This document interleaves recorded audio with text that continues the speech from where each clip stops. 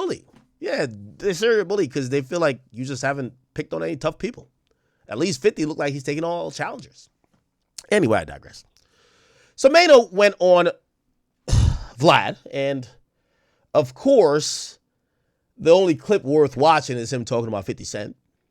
We all know the Senior Citizens got an ongoing beef with 50 Cent. And in that conversation, he gave an interesting but different perspective of how a lot of people view 50 in hip-hop. He basically said 50 was a fake nigga, never did nothing, never been through nothing, and the beefs that we know that he's been in, all he's pretty much popular for is being a victim and getting his ass whipped. That was entirely shocking to me. I want to play the clip. Cool, and they had a little workout, little bants. Here we go. Goes and puts up the post and say, well, meaning what exactly? Meaning that you don't think that he did. Here we go. Here we go. I never believed that. I had no reason to. Well, meaning what exactly? Meaning that you don't think that he did gangster activities at various points throughout his life? No, I don't know. I have no way of knowing that. Well, and I don't want to make this whole interview about him, but listen, let me say this. Mano, that's why Vlad called you up there to do the interview about him.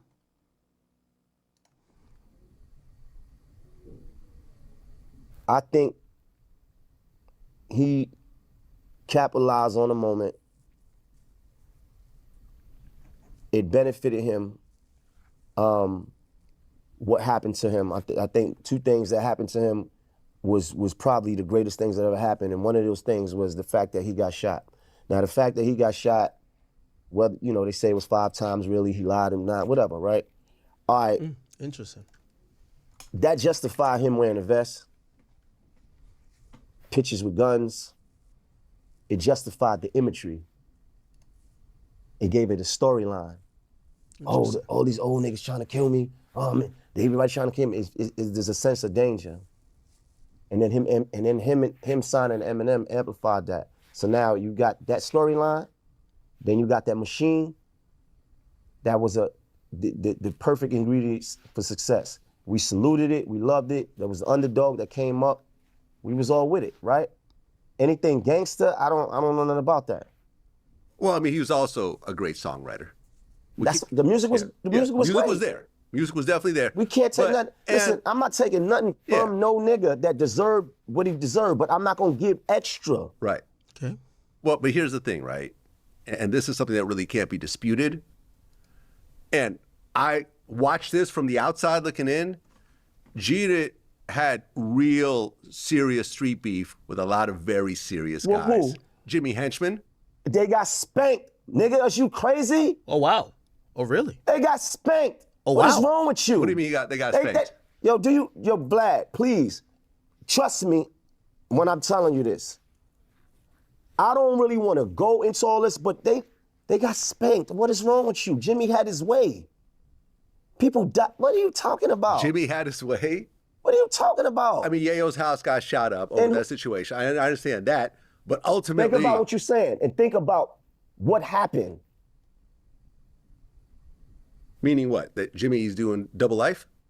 Listen, in that situation, that situation, they wasn't a victor in that situation, brother. Right. Okay, so what? But I feel like these guys stood their ground. Who stood what ground? I think G-Unit stood their ground. You don't know what you're talking about, bro. Okay. And it's easy to go for with the folklore. What else? Who else? World. You don't even know World. World is my childhood friend. Okay. Listen, this is things. They didn't have beef with World? Listen, that wasn't no. The shooting that happened after the Hot 97? Listen, this is when I don't even want to get into it. Okay. One incident happened, right? You think you really into it with somebody with one incident? Suge Knight. Yo, bro, The listen. stabbing incident at the Vibe Awards. Yo, listen, look, all I'm saying is I don't have no reason to believe the extra gangster shit. You believe whatever you want to believe. I ain't here to tell you. But we're talking about actual Okay, all right. Hold on, let me just... incidents. We saw the video at the Vibe Awards, right? What happened at the Vibe Awards? The guy that attacked them ended up getting stabbed. Attacked who? Attacked Dr. Dre. What Who was with them? What they had that? Yo, bro. They were there with Dr. Dre. Yo, bro, leave me. They were signed to Dr. Dre. Yo, bro, listen to me. I'm not gonna debate you on another man. All I'm speaking from my perspective, and it is what it is. Like, I don't have no reason to believe nothing extra. Those incidents that you talking about, whatever. You know what I'm saying? People lost a lot. Like, look, it don't even matter to me, right? Look, like I said, you believe whatever the fuck you want to believe. I know truth. I think it's all a character act, whatever, man. Now, well, this is why y'all have me here, chat. And I took Mano up on his request. You know, Mano said some things that I never knew about. According to Mano, 50 got spanked in several, altercations or street run-ins. And I guess I'm going to call this segment, Is 50 a fraud?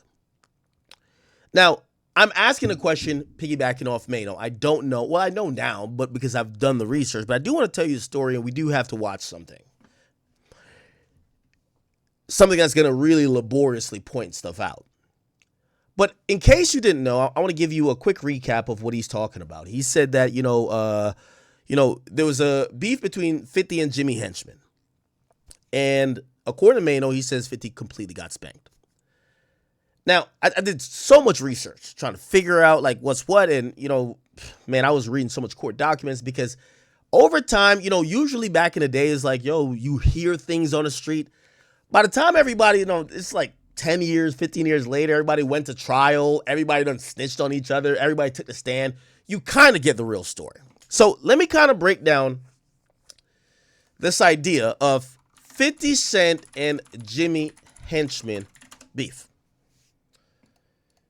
Now, Jimmy Henchman was always one of the people who was wanted. And by the way, this is him here. He was always wanted by hip-hop police. Not only hip-hop police, just police in general. He was like this interesting figure who was like this hustler, but, definitely in the streets. 50 had beef previously, with Preem and whatever.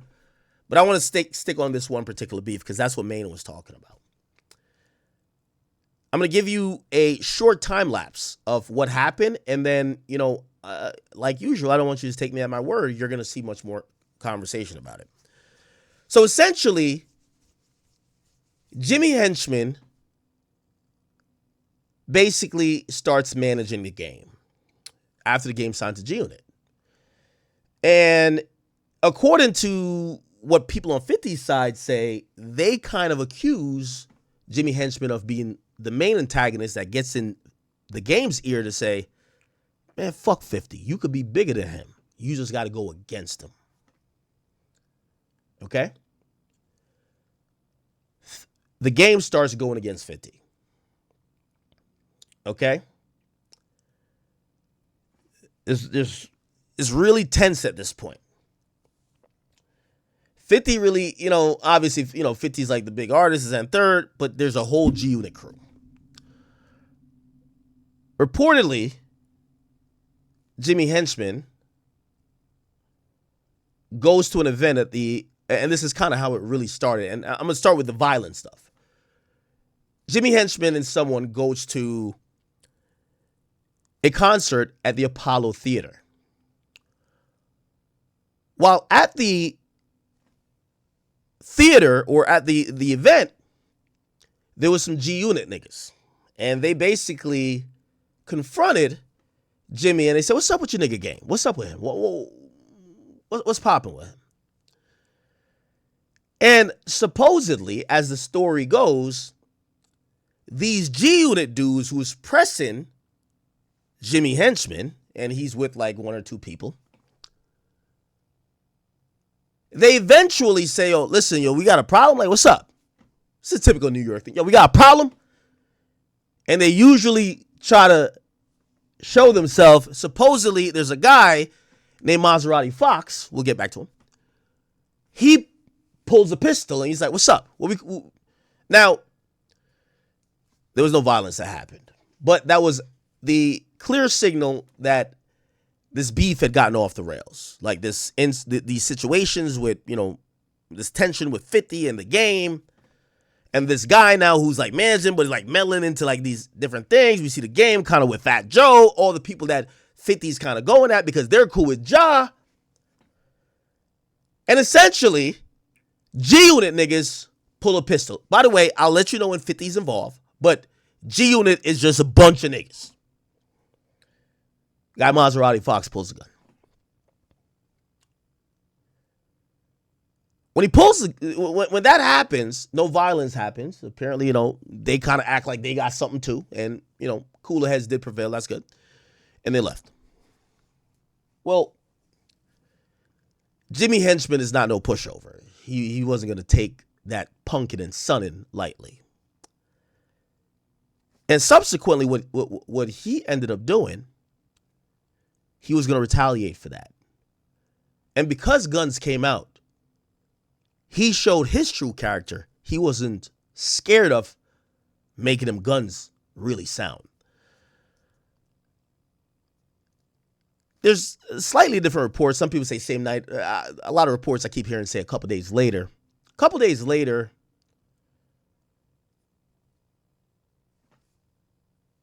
Yayo was parked in New York. And he was in a truck that was bulletproof, but his Bentley was right in front of the truck. Apparently, a gunman sent by Jimmy Henchman pulled up, shot up the car. It was a clear message to 50 Cent and them. Y'all niggas think y'all could pull guns out on us and try to intimidate us. Nigga, y'all will die fucking with us. That's how it goes.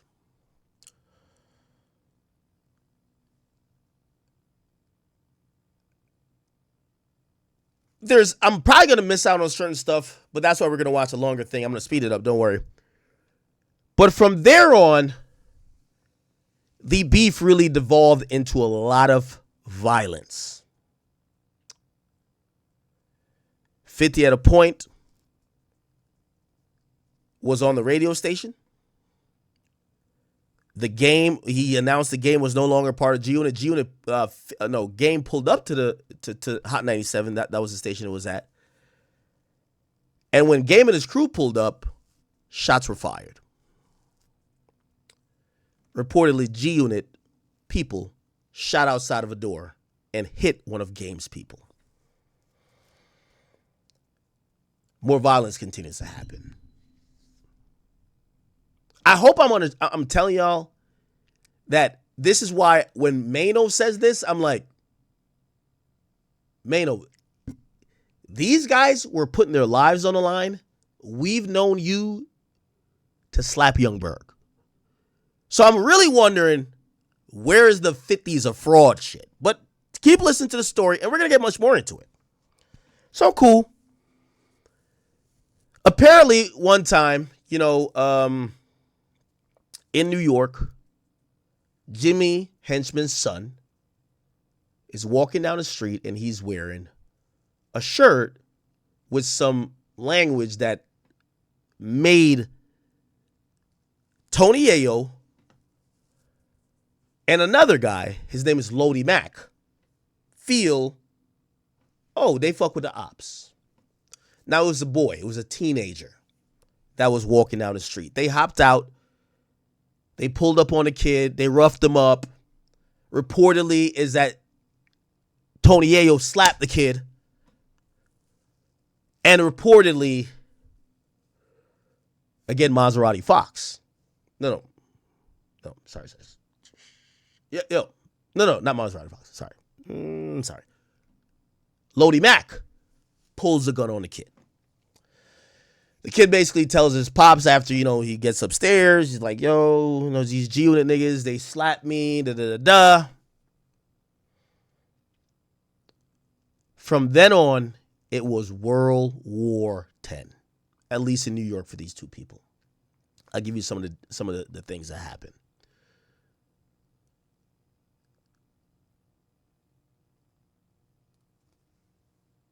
Tony Yayo's car gets firebombed. Tony Yayo's mom's house gets shot up. They tried to shoot and either hurt 50 or somebody in G Unit when 50 was doing a video shoot. They were pulling up to shoot at it. By the way, they shot at Tony Yayo's house supposedly 70 times with some gun with a silencer on it. They brought the same gun to go shoot up the music video shoot that 50 was at, trying to kill 50. The only thing that stopped that is that they were so excited on the way to go shoot up because they heard that, they're 50 of them shooting a music video. On the way to shoot it up, the gun went off in the car. That spoiled everything because they were following somebody who was supposed to be working for security for that day. So they were like, all right, security going to bring us to the guys. We're going to shoot that whole shit up. And the gun went off. That spoiled that. Some other stuff happened, and you're going to hear more or less of it, but 50 had like this guy, one of the guys who ended up going down the 6ix9ine thing, his name is Crippy. He has a brother named Monster. That was like one of the bodyguards, main guys for 50. He started doing certain stuff to send, apparently, him and some other people start doing things to make sure the other side knew, hey, if y'all could shoot up cars, we could shoot up cars too. Jimmy Henchman gets mad because he says 50 is always in a bulletproof vehicle. You can't catch him lacking. He's just always in a bulletproof vehicle.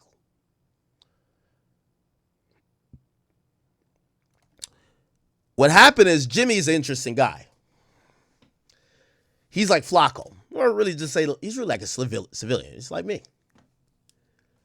He'll use any method to defeat his opponent. He'll get them locked up. He'll kill them.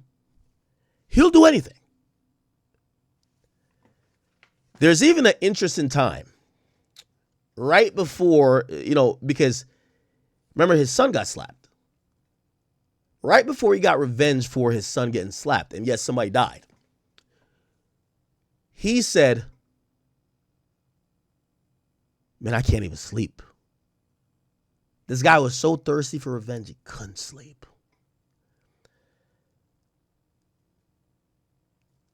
Eventually, he found, the guy who was supposedly with Yayo. His name is Lodi Mac. Lodi Mac got locked up because the baby mama of the boy, which is his son, they did go to the cops. This shit was in 4K video on tape.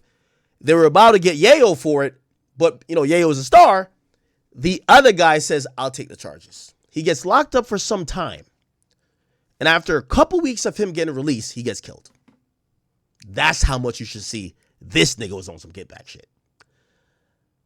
How that happens? Well, Jimmy Henchman meets a guy that was friends with a guy that was the cellmate of Lodi Mac while he was incarcerated. And they lined him up and they murdered him. Jimmy Henchman gets arrested for drugs, but later he gets murder for hire charges. All the people who he supposedly hired turned against him. He then gets desperate, then tries to do whatever else. That's why 50 says he's whatever. But it's a really interesting story. That's the short of it. Before I get to the long pause. But the main thing I do want you to know is why I looked at what Mano said as utterly ignorant, but also I want to hear these stories about him. The reality is G Unit versus Jimmy Henchman, there is no winners. It's just a prototypical example of the streets. A lot of bodies, a lot of lost opportunities, and a lot of people who are in the penitentiary for dumbass choices. And 50s just happens to be one of those who was smart enough to not put himself in a vice grip that he's either in a coffin or that he's in a jail cell. I want to play this real quick. I'm gonna speed it up a bit.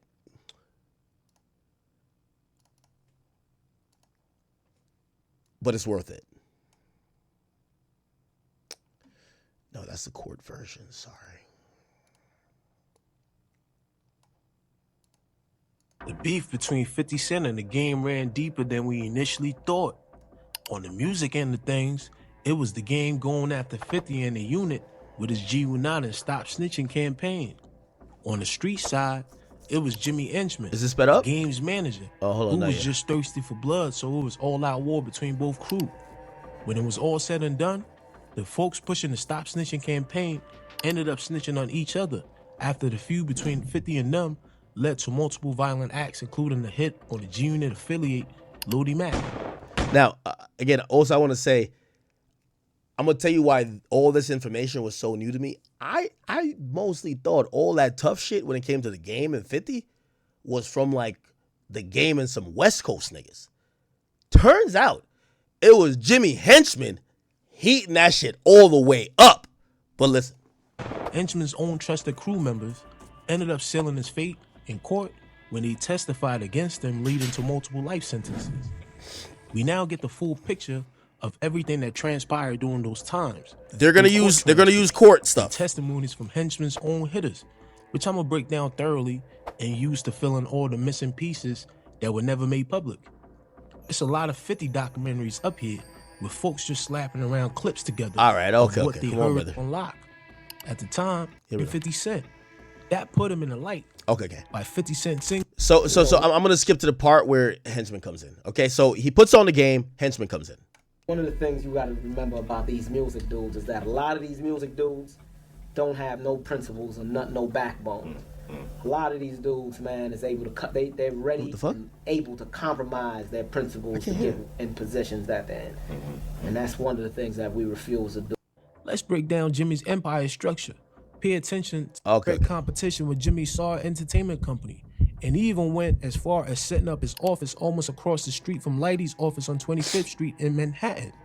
Jimmy, seeing the success that the game had generated before his album dropped, started getting into the game's ear, letting him know he could be bigger than 50 Cent. Henchman started conflicting 50 when he started releasing Game's record while 50 was structuring his G-Unit roster drops. Tef Okay, so the first egregious thing, 50 starts feeling away because the game is dropping music outside of schedule. The game is on, but he's dropping music. He's not respecting the hierarchy. And, oh, no, it's Bank's turn. It's Yayo's turn, right? He's just doing what he want to do. confirmed this in court. What was your understanding about what the problem between Jimmy and G-Unit was about? Jimmy dropping some records early when 50 was trying to release his artist, Whose records? the games, Why did it matter to 50 if Jimmy dropped those game records? because he's trying to get his money first, recoup his money off his artist. And at the time, he's building momentum for his team, and we are going to use it. Jimmy was going to use it for his. The game's first album, the documentary, dropped on January 18, 2005, and it became an instant success. It debuted at #1 on the US Billboard 200, selling 586,000 units in its first week. Now, who are some of the key people, man, that put you where you are right now? I mean, Oh man, Dr. Dre, man. right. That's it. Damn. 50 Cent at the time had just crushed the whole Murder Inc., Ja Rule and Irv on the music side, and Preem on the streets.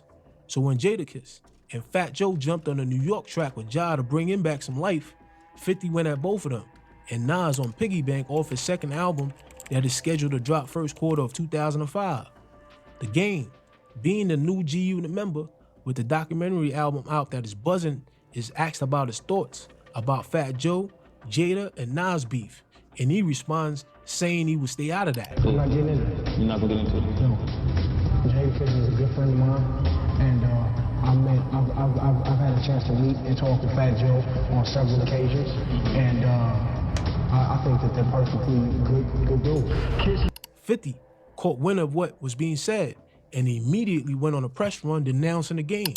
Yeah, so basically, the game kind of made it, obvious that he's not going to pick a side when the game 50 started going at certain people outside of Ja Rule, and 50 didn't like it.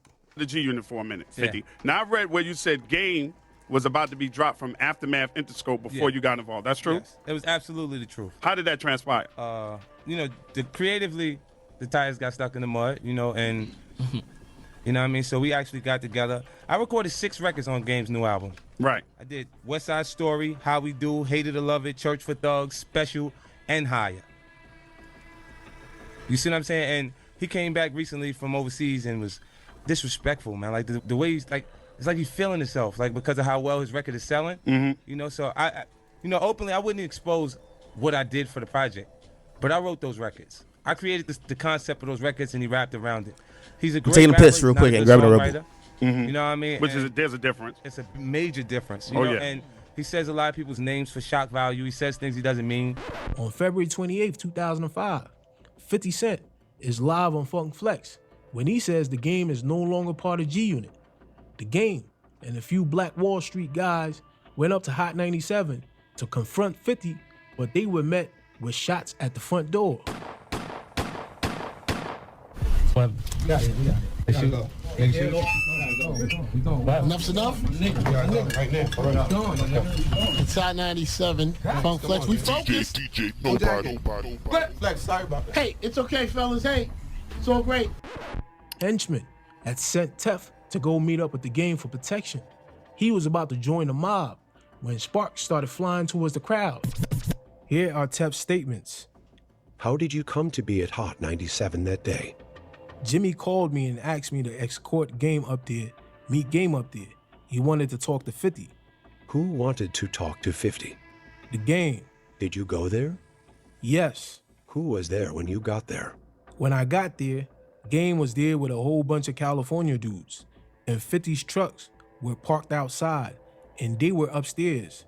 What happened when you came to Hot 97 that day? As I was walking down, got onto the block, I see a large crowd in front of the building, and I see a hand come from the doors and started shooting at the crowd that I was going to meet for no reason, just fired shots into the crowd from 50's entourage. You said there was a hand out of a door. Do you see the door on this picture? Okay. He confirmed it. Hot 97 door. Whoever was downstairs, the mysterious hand, who is still unknown till today, let off a shot towards Game and them, hitting one of Game's homies, New Jersey Devil. Tef says the Game was teary-eyed and shook up after the incident and wanted something to happen. So Tef took it up on himself to wait at Violator's office, but seeing that nobody came there, shot up the building.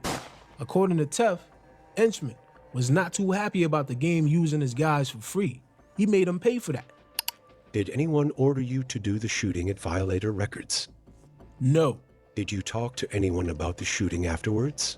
Yes. Chat, this is really compelling. It's giving you a lot of backstory to 50 Cent's, I'm gonna be honest with you. I watched this, I did watch it before. I didn't know it was this deep.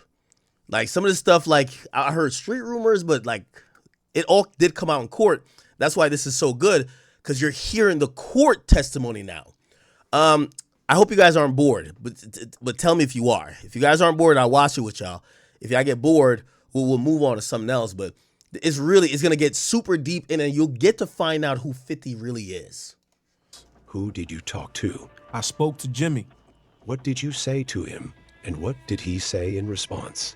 I don't remember the whole conversation, but it was more or less that he said, don't be doing that stuff for them dudes, and don't be doing that stuff for free. My whole thing to Game was, if we do this, if you do this, we fuck hip-hop up. And it's hard for me to say that, because I come from the streets too. For me to look at Game and say, you shot your friend, but don't do anything. On March 3rd, 2005, 50 drops his second album, The Massacre, which debuted at #1 on the US Billboard 200, selling 1.15 million copies in its first 4 days and staying atop the chart for 6 weeks after its release. It was scheduled to release back on February 15th. The original title for the album was the St. Valentine's Day Massacre, but Interscope wasn't interested, so Fifth leaks Disco Inferno to force their hand. It became an instant success. Nobody at the time was doing those type of numbers in any music genre, so that automatically put 50 at the top of the game. Piggy Bank. The track was causing a lot of commotion, and all the people he had dissed are now throwing back shots. And now Fifth and his West Coast protege are beefing. So the controversies helped generate a huge buzz around the album. Fans, they're a bit skeptical about the timing of things though. Some were saying the beef was a promotional stunt, but the OGs like the Rev Run and the Russell Simmons, they knew better. Shots been fired. It ain't no promotional stunt. It's real. And in order to change the negative narration in hip-hop, Rev Run and Russell Simmons, they set up a meeting calling for a truce on the 8th year anniversary of Biggie's passing on March 9th of 2005. Both 50 and the Game, they didn't look too thrilled to be there, but they still did it. That truce was short-lived though. They both had the two hottest albums in the game at the moment, and they're both doing interviews and press runs. And people are starting to whisper that the Game's album might be better than 50's, in which Game wasn't giving 50 any credit for all the songs he had helped them with on the album. I'm not gonna say that he didn't help with the project, because he played a small part in the success of the documentary. G-Unit is here, 50's here, and Game can be anywhere in between that and probably even bigger.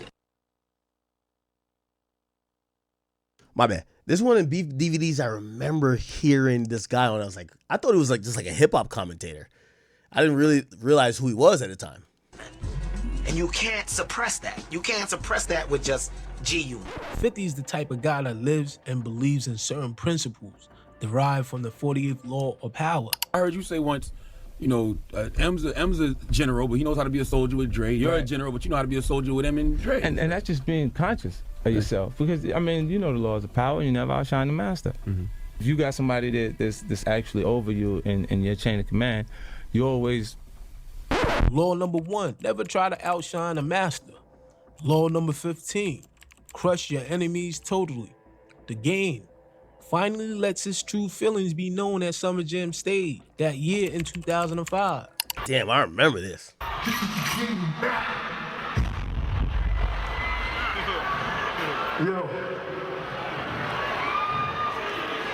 Now, keep in mind, Summer Jam is in New York City. The Game is from the West Coast. So this was huge.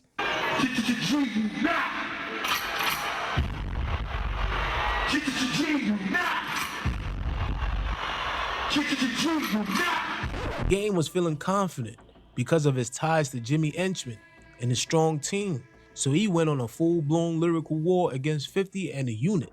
He dropped 300 bars, which I think should go down as one of the best diss songs of all time. This song and their beef basically split up 50's huge fan base at the time. The Game also started his G-Unit and the No Snitching campaign.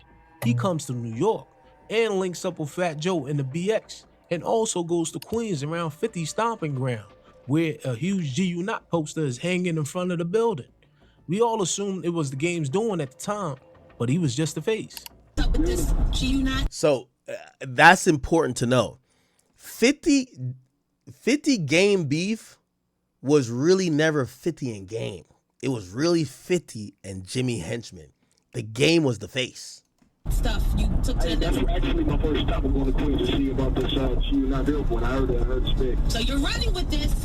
I mean, not just going. Now, some people feel like Game was playing dumb, but a lot of people were like, the Game don't have no East Coast niggas, and no West Coast niggas really did nothing.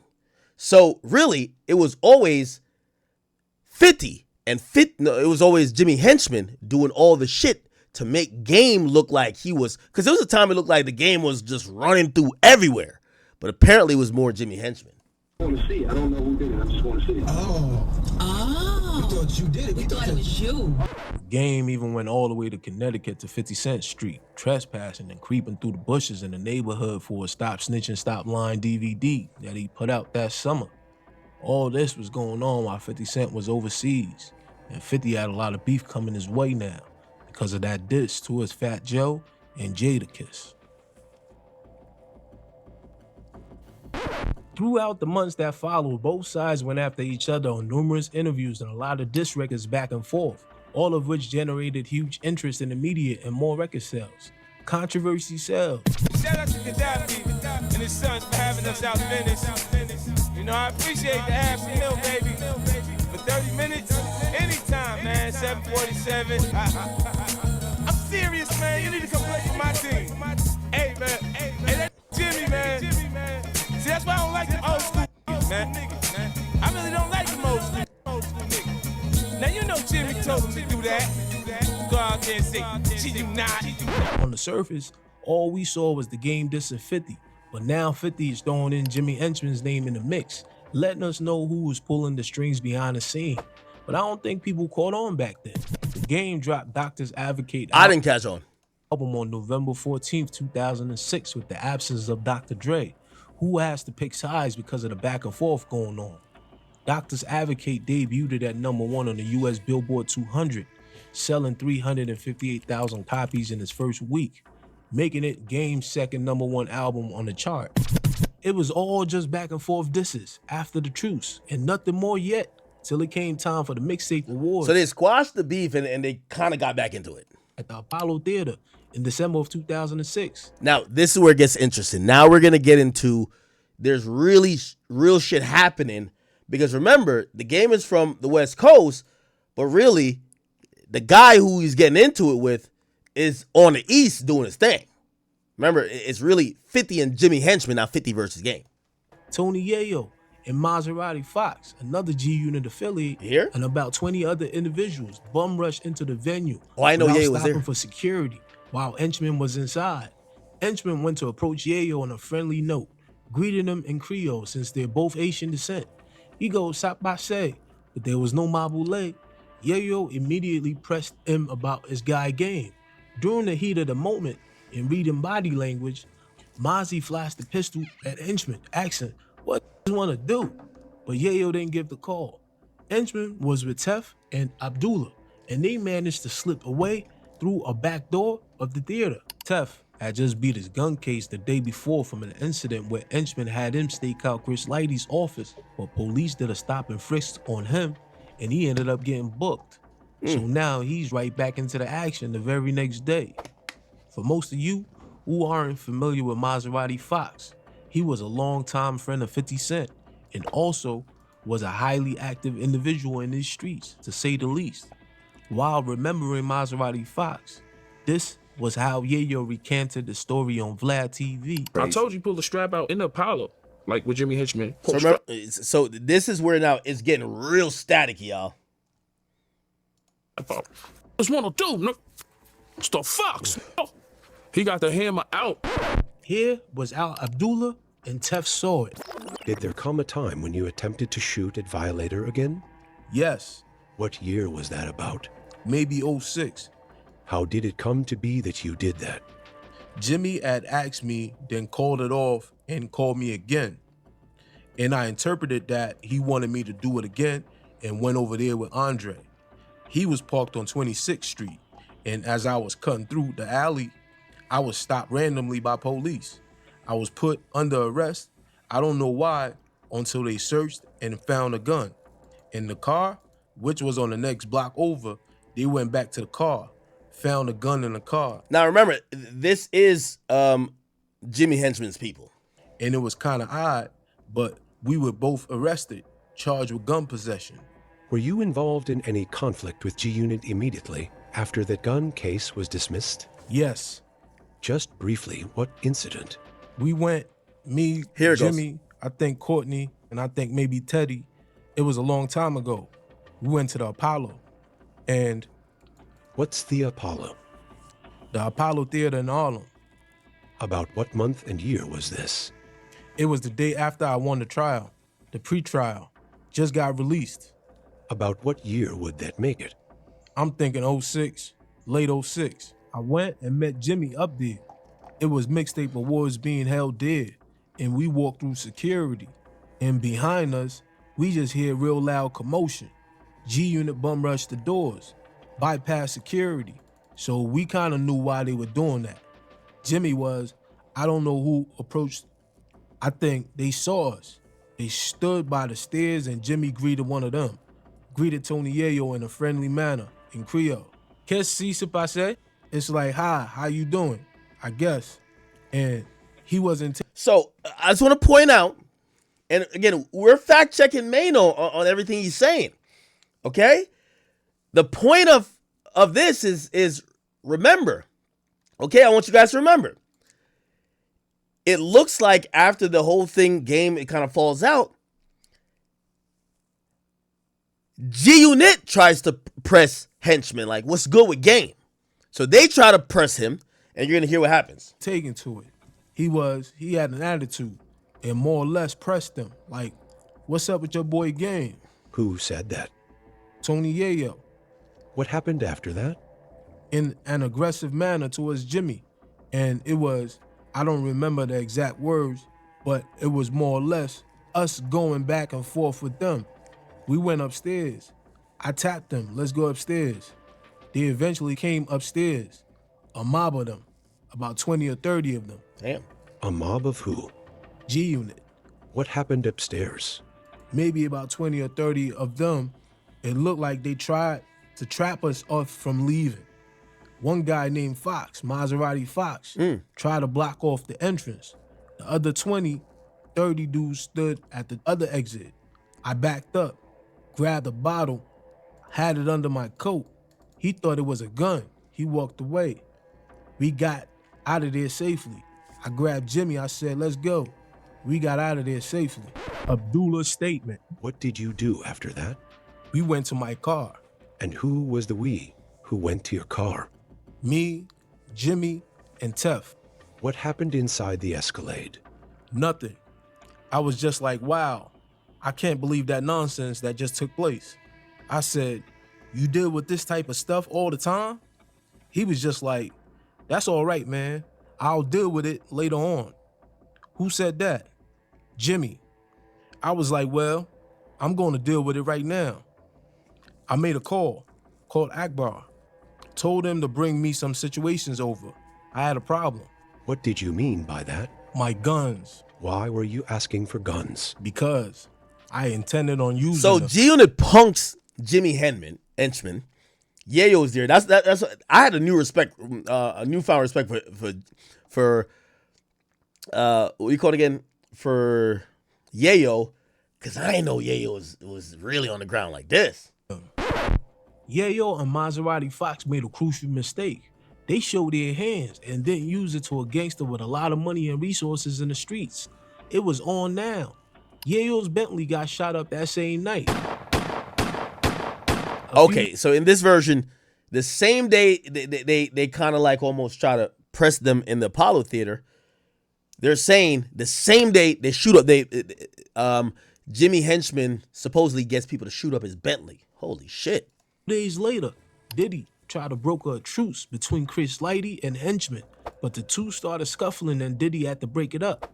Sometime after that incident, Tef testified about how 50 of them spotted Henchman at a restaurant and chased him down the highway, but he got away, and he had to ship his cars to Miami to avoid detection.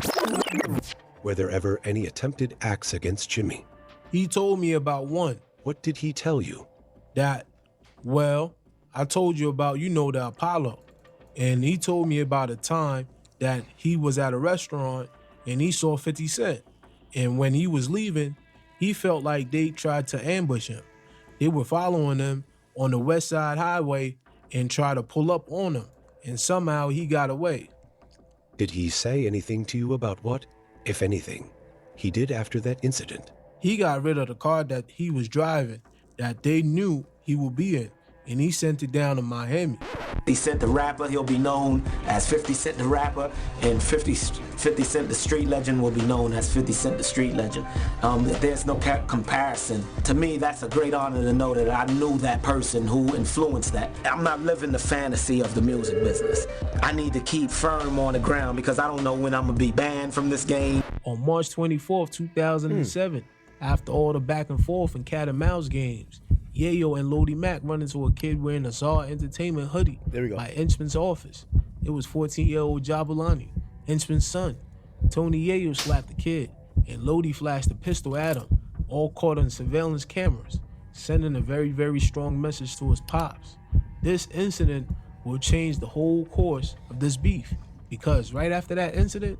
So it says that 50, it says that Yayo did a slapping, but that slapping is the thing that really got everything off the rails, right? Like, this dude's son gets slapped. Jimmy had blood all in his eyes, and he wouldn't stop till he saw one of them in a coffin. He was personally involved in some of the getbacks against 50 and them. He wanted to get them legally on the streets and through music. On that same day, Chris Lighty's brother was slashed by Tef. Henchman didn't want to involve Chris Lighty because he felt like he didn't have anything to do with that. But Tef pumped him up, letting him know all bets are off now and it's personal. What happened when you got to the office? Walked in the office and I saw Jimmy, Teddy, and Jabalani. Jimmy was upset. Jabalani looked upset, he looked like he might have been crying, a little shaken up. About how old was Jabulani at that time? About 13, 14 maybe. What did you learn happened? That G-Unit had slapped him up, roughed him up, and pulled out guns on him. Did you learn who, if anyone, from G-Unit was involved? I heard Yayo and 50 might have been in the truck, but at that time, that was, and some other street guys. What happened when you got down? So they're saying that maybe 50 was on a scene when this person gets slapped up or whatever, or this kid actually. But now, remember, it's getting violent, then they slap the guy who they want's kid. We were all talking, all just congregating downstairs. Somebody said, that's Chris Lighty's brother walking past. Him and another guy. I spoke to Jimmy. I asked him what he wanted to do. If I remember right, he was like, I don't remember the exact words, but it was more like they didn't have nothing to do with it. And I just didn't agree with it. I felt like, and I explained to him that, they did that to your son. All gloves should be off. What was Jimmy's reaction, if anything, when you said all gloves should be off? He just looked at me and he just nodded. He nodded his head like in agreement. He got in deep thought. He just nodded his head in agreement. Now, I want to give you a little bit of precursor as we're watching this. This guy's, the reason why we're hearing this info, he testified.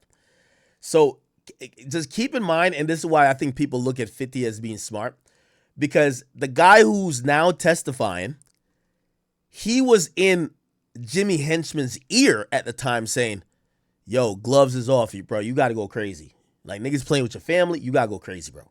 Right? Like, that's literally what this is. So he's gassing Jimmy up to crash out, and at the end of the day, he ends up testifying on Jimmy. What did you do next? I asked him if he had a razor. What happened? He asked around. I think he might have got it from Lil D. He gave it to me, and I started to walk behind him, and he saw me walking up. Chris Lighty's brother saw me walking up on him. And as I swung at him with it, he flinched. I didn't get him how I wanted to, but I think I touched him with it. Mr. Stewart, did you see Jimmy's attitude towards the feud in the G-Unit change at all during this time? Yes. What did you notice? He was always upset. Did you discuss with Jimmy a way that you were going to approach that rivalry with G-Unit? Yes, he told me a way. What was the way? That he will deal with it with the law, with the streets, and through the media. So let's start with the first one. Through the law. What do you mean by that? That he was gonna have his baby mother press charges against him. Tony Yayo and Lodi Mac ended up getting charged for the assault. Yayo got probation and Lodi took the rap. Henchman had people outside sitting at the courthouse to catch license plates so they can get G-Unit affiliate addresses. Tef sheds light on a get back. Yo, they were trying to kill 50 so bad. They were at the I guess it was criminal, but because the baby mama pressed charges, they were just sitting there waiting to get license plates because they were trying to kill somebody from G-Unit. Wow. Like both sides were involved in. A lot of back and forth shootings and car bombings because 50 and his team had bulletproof trucks. The targets were 50, Yayo, and Jalil Walters, aka Baja, or Monster. Okay. Now, I'm glad that this is mentioned. This guy name is this was 50's security for a very long time. His cousin, his cousin's name is Crippy, and he was rolling around with 6ix9ine, and he got sent to jail, obviously, because of that. But everybody that knows 50 knows that this guy Monster has been a security, okay? And I want to just rewind that you guys could hear what was said. Car bombings, because 50 and his team had bulletproof trucks. The Listen. targets were 50, Yayo, and Jalil Walters, aka Baja, or Monster. Monster was 50 top street guy and security at the time. They already shot at Yayo at the Apollo, but luckily he was in his bulletproof truck beyond it. On April 20th, 2007, Tony Yayo's mother's house was shot up. Damn. Did you ever conduct surveillance of G Unit members? Yes. What did you do? Go to their houses, get their phone records, get their phone numbers, and get their call list. Incoming, outgoing call list. I ain't gonna lie to you, chat. This is like, you know when people talk about real beef? This is real beef. Like, these niggas want to kill people badly. Holy shit. Find addresses, go to their houses, stake out their houses. Did you ever do that surveillance with anyone else? Yes. Who were some of the people you did it with? Jason. I've done it with Jimmy, Andre. Do you remember any particular times of surveillance? Yes. What do you remember? I remember a couple of times I was outside Baja's house. A couple of times I was outside his sister's house. A time we went to Tony Yayo's mother's house. Do you remember Damn. any times with Jason? Niggas say he went to Tony Yayo's mother's house. This is how bad Jimmy Henchman wanted to kill 50. And wanted to kill, like, you know, even Tony Yayo, because he's like, yo, y'all slapped my son. Wow. Yes. What do you remember about the time with Jason? A few incidents with Jason. One time we drove through Baja's block. We were staking out his sister's house. That was like their headquarters. Another time, we went to Tony Yayo's mother's house, looking for his brother, but we weren't sure. I never seen him before. I was relying on Jason to point him out. I was looking to shoot him, and Jason said he... What the fuck? I ain't gonna lie to you. This looking for his brother, but they were just trying to shoot Tony Yayo's brother just cause. They want to hurt anybody. Sure, I never seen him before. I was relying on Jason to point him out. I was looking to shoot him, and Jason said he thinks that's him, but he's not sure. The dude stopped by the car, took a deep breath, and I told him I wasn't going to shoot an innocent person. I didn't want to make a mistake, so we just pulled off and kept going. Did Jimmy ever talk to you how this dispute with G Unit will end? Yeah. What did he say? He told me that these dudes ain't going to be happy until they're carrying a coffin. I want to talk to you about a particular member of G Unit. I'm going to show you what is in evidence as Government Exhibit 32. Who is that again? That's Monster, Baja. Remind us. What connection? So they're calling this guy Monster. Everybody, like, you know, just in the industry knows 50 used to roll with this guy named Monster. They're calling him Baja here, but listen to this. You have 2 G Unit. That was Tony Yayo's road manager and 50's right hand, the street dude. Did you ever commit or attempt to commit any acts of violence against Baja? Yes. About how many acts do you remember? A lot. What period are we talking about? From... What time period? From about 2007 to maybe 09. Can you briefly list the acts that you remember? I remember sending one of my homeboys to shoot up his house. Sending one. And I guess that's why, like, some people are like, you know, when it comes to like beef and shit like that, bro, dudes' houses was getting shot up. They really want 50 and Yayo. They really want 50 and Yayo, right? And I think Yayo has that plausible deniability to be like, well, I slapped the nigga because 50's my nigga. But that shit don't matter. One to shoot up his sister's house. Sending who? I didn't hear you. One, the same homeboy to shoot up his sister's house. I remember being outside his sister's house one night after they tried to set up my barbershop on fire. I remember trying to blow up his bulletproof truck and shooting it up in the house. A couple of things. Any acts involve Jimmy personally? An attempt. Let's go through those one at a time. You mentioned that you sent your homeboy to shoot up Baja's house. Who was the homeboy? A kid named Life. Where was Baja's house at the time? In Staten Island. How did it come to be that you got Life to shoot at Baja's house? He was a friend of a friend, and he went and called him for me. You also testified about sending someone to Baja's sister's house. Is that right? Yes. Who did you send to his sister's house? Life. He went with Jason. Whose idea was that shooting? Jimmy. You testified there was an attempted time that Jimmy was involved in. Yes. And against who was that done? The attempt. Against Baja at his house. The same house on Staten Island? Yes. How did it come to be that you went to Baja's house with Jimmy? I don't understand the question. Why did you end up there? He told me to meet him there. Who told you that? Jimmy. What did you do when you saw Jimmy in That's the Jimmy Red Henchman. expedition? Got in. Did you start talking to him? Yes. What did you talk about? Spoke about he wanted Baja's house shot up. What did you do next? Got the gun. What did you do with it? I left the car, walked over to Baja's house, went behind the house towards the backyard, and as I was going to shoot up his house... What happened next? I saw a little girl in the window. I turned around and left. Where did you go when you left? I went back to the car. What happened when you got in the car? Jimmy asked me what happened. I told him I didn't do it. He asked why. I told him I saw a little girl in the house. I think it was his daughter, and I wasn't going to shoot up the house. He was upset. What, if anything, did he say? Don't be wasting his time. Did there ever come a time when you were retaliated against by Baja? Yes. Generally speaking, what kinds of things happened? Okay, so now this is about 50 Cent's people retaliating, okay? Listen. He set my barbershop on fire. Shot up my Escalade twice. Remember, again, you know, like, that's why I said May knows, he knows what he's doing.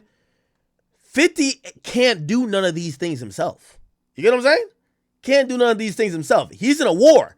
50's in a war that's not, the media thinks it's him versus the game, but in reality, he's going at it versus this nigga that got mad resources that's from where he's from, and shit's going crazy. You get what I'm saying? So you're not going to see 50 did anything, but if we're talking about G-Unit, because 50 is G-Unit. 50 is G-Unit. So there's, like, we heard all this stuff. They shot up Yayo's mama's house. They shot up Yayo's Bentley. They did that to G-Unit. But now we're hearing what G-Unit did to them. And yes, it all comes because of Monster. Did he say? Don't be wasting his time. Did there ever come a time when you were retaliated against by Baja? Yes. Generally speaking, what kinds of things happened? He set my barbershop on fire. Shot up my Escalade twice. Tried to kidnap my brother. Can you describe for the jury what happened the first time they shot at your Escalade? Yeah. We were followed through Staten Island, sitting, talking to a friend. One person walking on the right side of the vehicle started shooting into the car. A white van cut us off. The driver jumps out. A passenger jumps out. All three of them started shooting into the truck. And as I'm down, I see somebody come through the side of the doors of the van and start shooting into my truck. And they started to all get back in the van. I tried to put my car in drive and ran them with the back of the doors open. Now, I want to give some context here, people. So, 50's beefing with Jimmy Henchman. Jimmy Henchman is so bloodthirsty. He wants 50 dead. He wants, like, he's not the first person who wants 50 dead, but there's a lot of people that want 50 dead. Here's their frustration with 50, okay? Their frustration with 50 is that 50's always in a bulletproof vehicle. 50's not just exposing himself and just leaving himself available. He's always protected. So you're going to hear them talk a lot about bulletproof vehicles. Of the vehicle, started shooting into the car. A white van cut us off. The driver jumps out. A passenger jumps out. All three of them started shooting into the truck. And as I'm down, I see somebody come through the side of the doors of the van and start shooting into my truck. And they started to all get back in the van. I tried to put my car in drive and ran them with the back of the doors open. And a lot of shots came out the back doors into my windshield. Damn. I ducked again. Me and the passenger ducked again. And somebody started firing at them out the window in the projects. And they drove off. Were you hit in that incident? No. Remind us, what color was the van? It was a white van. Did you learn whose van that it was? Yes. How did you learn it? Jimmy told me it belonged to Tony Yayo's brother. What about the second time that your car got shot up? So So clearly, G-Unit is retaliating in their own way. You know, I'm gonna be honest with you, Mano, respectfully to you. You know, again, I'm not a street dude, but what you said on Vlad was police shit. Because what you have now said when you're like 50 soft, he never did nothing, they got spanked. The only way for 50 to actually defend himself is to admit to crimes. 50's crew, I'm telling you what they were doing to 50's crew, and I'm telling you what 50's crew was doing to them, or they're telling you what 50's crew was doing to them. What do you think 50's demeanor was? I had just left the barbershop and just put a gun inside the barbershop for those guys to protect themselves. And as I was leaving, I saw a guy standing by the store about a half a block away holding a bag. As I'm walking to the truck, he's walking towards me. I get in the truck, I start it up, I see him turn the corner, drop his bag, pull out his gun, and start shooting into my truck. What did you do with your truck after it got shot up that time? I gave it to some guy I had in Brooklyn to strip it and make it disappear. Let's talk about the last incident you mentioned with respect to Baha. You said you tried to blow up his truck? Yes. Was that before or after your trucks got shot at? Aiden, what up? Emu. Oh, okay. Hold on.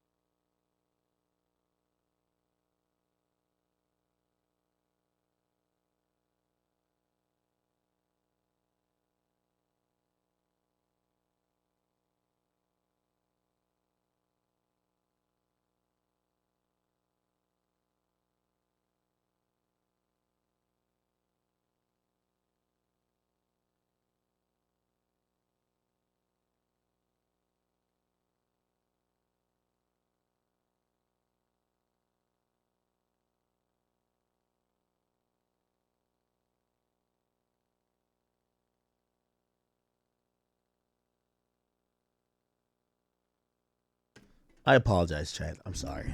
I know that was not professional, and I'm sorry. Okay, back to video. After my trucks got shot up. Whose idea was this incident? It was my idea to make him lose the truck. Why did you want to do that? Because I felt that they were untouchable, that they were invincible, because they had all these bulletproof trucks. And I felt that was the only difference between me and him that made it harder for me to catch up with him. Where was the truck when you tried to blow it up? In front of his house. Were you there by yourself or with someone else? At that time, I was with Andre. What happened with you and Andre? The time it was blown up? Yes. We made some Molotov cocktail and we was going to throw it at the house. I was going to throw one at the truck and it would fire the shots into the house and I would fire the shots into the truck. We were open that I would hit the truck first, and open that he would come outside, or he was supposed to hit the house first with the Molotov cocktail. Who is the he that you are talking about? Andre, and hopefully Baja would then come running out the house that was on fire, and then we would ambush him. Did that plan work? What happened? Andre, in throwing his Molotov cocktail, burnt himself. But to me, it was more important for him to lose the truck than to set the house on fire. What did you do? I threw mine at the truck and shot up the truck and the house with it. Next blog, I'm gonna be in Brooklyn. Next blog after that, I'm gonna be in Bronx. Next blog after that, I'm gonna be in Staten Island. Y'all know out there with us. Y'all know what time. We be in Staten Island, we be in Harlem. I mean, come on, son. Shooters on deck. Shooters on deck, man. It's gonna be a cold summer. I got Louis from Paris, nigga. I ain't got nothing to Tell him, do. It's gonna be a cold summer for y'all. Cold summer. Listen, we got bulletproof trucks, man. We made for this shit, man. You crazy, nigga. I ain't trying to glorify the beef, but when they leave it or not, you see grass and all that shit. Look, you see grass and all that. Cali tonight. Let me tell you something. This is like Compton back here. Shot my mom's crib up like 22 times. Fifth got shot 9 times in the back block. Man, get hit back here. Damn. You know, tried to kill my brother right here on this park right here. No. Shot my brother, yes. We out here. All those back and forth, but nobody dropped yet because 50 Cent of them are not easily accessible. 50 wasn't the type of guy you would catch in a club, even though he raps saying you can find him in a club. 50 moved militant, no unnecessary pop-ups and heavy protection around them, from the bulletproof trucks to the ex-Marines and military personnel he had as security. Even WAC 100 would attest to that.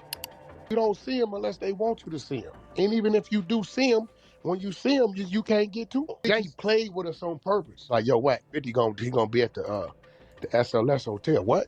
Yeah, little bar area over there. He gonna be coming down. Paul Rule, we through there. This one is on.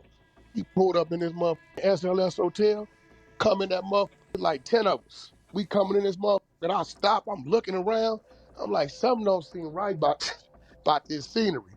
Man, had about 8 Navy SEALs, this shit in the air, just moving with the tactical head. They see this, big, got the moving, they positioned around us, to look back at us and smirk. Yeah, we ain't got no win with that. See you later, homie. We ain't got no. He did that on the West Coast. He did that. Like, that's what I'm saying. Took a bag. So it was all cat and mouse game between both camps till it came time for 50 Cent and Akon video shoot in Bayonne, New Jersey. Listen to this. On October 22nd, 2007. I told you about this. 50 Cent's third album, Curtis, had just dropped on September 7, 2007, and he had to shoot videos for his single. Henchman, who is thirsty for blood, is waiting on them in a parking lot nearby, ready to ambush with his silencer on his pistol. His adrenaline was all the way at 1,000 that he had accidentally let off a shot in the car, causing it to jam and malfunction while they were following one of 50's security team members from the shoot. With respect to this incident, walk us through what happened. We had found out that they were shooting a video. G-Unit was shooting a video somewhere in New Jersey, in Bayonne. And so we went over there. And when it was over, we followed one of the cars leaving there, which was the bodyguard. And on the way back to New York, and right before the Holland Tunnel, we ended up right next to him where Jimmy tried to shoot out the back window, but the gun jammed and it didn't go off. When you got off the ramp, you said Jimmy tried to shoot. Yeah. What weapon did he use? The same machine gun. The machine gun he used to shoot Yeo's mother's house. Right. It's the one with the silencer? Right. What did you hear? I heard a sound because after it jammed, he was trying to, I guess, fix it, and it went off in the car. It shot through the floor. Sounded like a thud or something. Damn. Luckily for 50 Cent and them at the time, the plot wasn't successful. G-Unit dropped their Terminate on Sight album in July of 2008, their second and last commercial drop as a unit. This was, in my opinion, their best collaboration as they all went super hard because people were starting to lose interest in their music. The album debuted at number 4 on the US Billboard 200 with sales of 102,000 copies in its first week. The Game drops LAX album on August 26, 2008, and it debuted at number 2 on the US Billboard 200, selling 238,000 copies in its first week. My Life, featuring Lil Wayne, was a dope single, and Game has completely abandoned his G-Unit attacks on WAC. 2 years go by, and Henchman gets information that Lodi Mack, who took the rap for Yayo, was coming home from prison. Slim, a member of Jimmy's crew, was locked up with Lodi Mack, but Lodi had no idea, and Slim befriended Lodi's bunkmate, who then lines Lodi up with Slim. Lodi didn't know what Slim looked like, but they kept communicating on phone calls, with Slim promising money and girls to help Lodi get back on his feet after release. What crimes did you do? Did you commit that caused you to be detained in federal custody? Someone's done. Drug crimes and murder. When did the murder occur, approximately? 2009, September. And where did the murder occur? In the Bronx, New York. If you know, who was the victim of the murder? Lowell Fletcher. Did he have any nicknames? Lodi Mack. Did you participate in the murder alone or with others? With others. Can you please name for the jury who the others are who participated in the murder? Brian McLeod, Derek Grant, James Roseman, and Rodney Johnson. What was Roseman's role in the murder? The orchestrator. What was Grant's role in the murder? The shooter. What was McLeod's role in the murder? He lured the guy dead. The guy is Lowell Fletcher? Yeah. And what was your role? The driver. 50 Cent drops his 4th studio album, Before I Self-Destruct, on November 9th, 2009. The album sold 160,000 copies in its first week, debuted at number 5 on the US Billboard 200, giving 50 Cent his 4th consecutive top 5 album in the US. Around this time is when 50 started pivoting into films, making mini movies with the Crime Wave video and also the Before I Self-Destruct DVD. He'd been putting out visuals way back, but I believe this is when he started taking it up a notch. Back to the Henchman and the 50 beef. After the hit on Lodi Mack, 2 years go by. It's now 2011, and Jimmy was arrested along with his guys who eventually told everything. Now, the funny part is, which they're kind of leaving out, everybody was looking at 50 Cent like, yo, you ain't gonna retaliate for your man? It's like Slide for Vaughn type shit, right? Like, yo, you not gonna, bro, like the streets know you not gonna slide for your man. And I'm gonna be honest with you, you know, I guess hindsight's 2020. Everybody look at 50 and say he was incredibly smart to not retaliate, because essentially, you know, this guy got locked up. That I showed here. Each side started pointing the finger at each other. Jimmy said he only wanted them to bring him Yayo and Fletcher, and not. So he got locked up for drugs at first, and then he went down for murder for hire. But he always contested the murder for hire shit. He claimed that he never wanted to murder no one. And when they said, well, what about you, you know, seemingly wanting to get with the guys who slapped your son? He was like, nah, I just want him to bring them to me. And I wasn't going to do nothing. To shoot them. Do you believe that? Brian McLeod to kill Lowell Fletcher. You know, one of the things that I did ask Brian McLeod to do was I asked him to bring Fletcher or Yayo to me. So took it upon himself and he killed 50's an Lowell asshole. Fletcher. So that's his op talking, Jimmy Henchman. Here's the most important thing out of this whole thing. I'm not the murderer here. The murderer in this whole situation is home. All he had to do was point the finger at me, and he went home. And I'm in jail for life when I never hired him to kill anyone. So, you know. Oh, gee, Jimmy the Rat. What 50 was referring to was the case Jimmy had in Cali back in the day. The New York Daily News also reported on it. But in an interview with the person that was allegedly snitched on, he claimed something totally different. The Game dropped his 4th album, the Red Album, in August of 2011. The album debuted at number 1 on the US Billboard 200, selling 98,000 copies in its first week, with singles Red Nation and Pot of Gold. Jimmy was subsequently convicted in 2014 and sentenced to multiple life sentences for both running a drug operation that brought in $11 million a year and also for the murder for hire plot on Lodi Mack. There's been this long-running rumor that Henchman had something to do with Tupac robbery and shooting. Yeah, so the same guy supposedly had told people to go rob Tupac, and that's also a big thing. Back in the day, but I didn't remember see Tupac got shot like 4 or 5 times. They're saying he instructed people to go rob him. anything to corroborate that claim. What I did find on Jason Williams' superseding docs is where it states cooperating witness number 3 further end Roseman's trust when, in 2005, he shot rival rap producer Suge Knight at Roseman's behest inside a crowded nightclub in Miami, Florida. That was at Kanye West party, and the cooperating witness number 3 was none other than Trigger Happy Tef. 50 dropped Hold On in 2014. Couple minutes. In references We're almost to out of here. On the phone, I heard Ye smack the shit out of kid. Now Jimmy got life, go smack him again. 50 holds Oh my grudges, God. and I don't blame him. Somebody lost their. So basically, the dude got life over his kid getting smacked, and 50 then raps. I heard Yayo did blah blah, and smack somebody kid. I heard the nigga got life. Just go smack him again. Like, oh my God, this guy's like life a in the demon. situation. Sneaky nigga sprayed that semi at your mama crib with a silencer, we couldn't even hear the shit. Throughout the years that followed after Henchman's incarceration, the game has made numerous attempts to reconcile with 50, but Fifth is not ready or willing to be buddy with him. They eventually chop it up in the club, while Fifth was in LA. Notice the guy to the left of 50 looking around. That's Monster. That's He was Monster one right of- here. Wow. Adam versus Tim on the next brand risk knew it. card. I knew that was Dude, coming. fuck.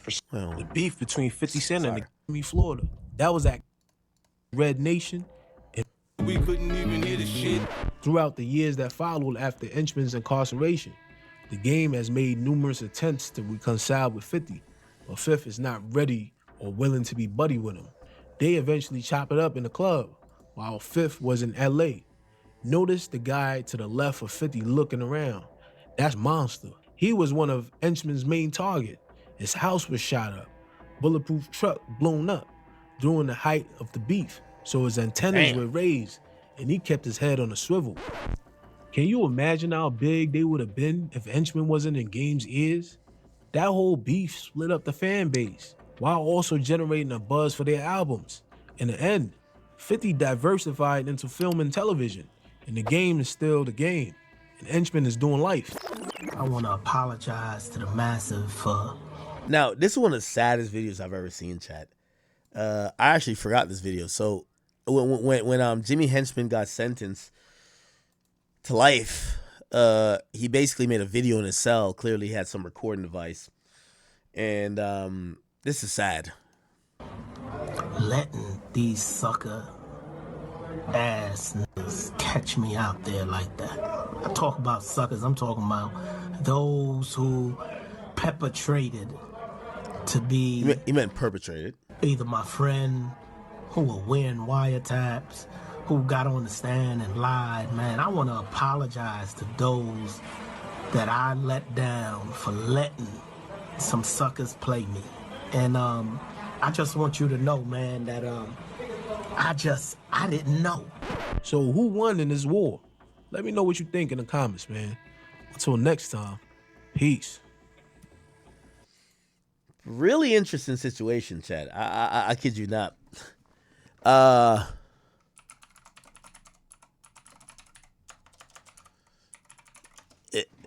That apology is like, it's kind of eerie, Chad. I'm not even gonna lie to you. This is the apology that Jimmy Henchman does when he, like, after he pretty much gets slammed. And not gonna lie, it's kind of like, it's kind of cryptic, Chad. Listen, hold on. Here's a full one. Man, I want to apologize. I want to apologize to the massive for letting these sucker ass niggas catch me out there like that.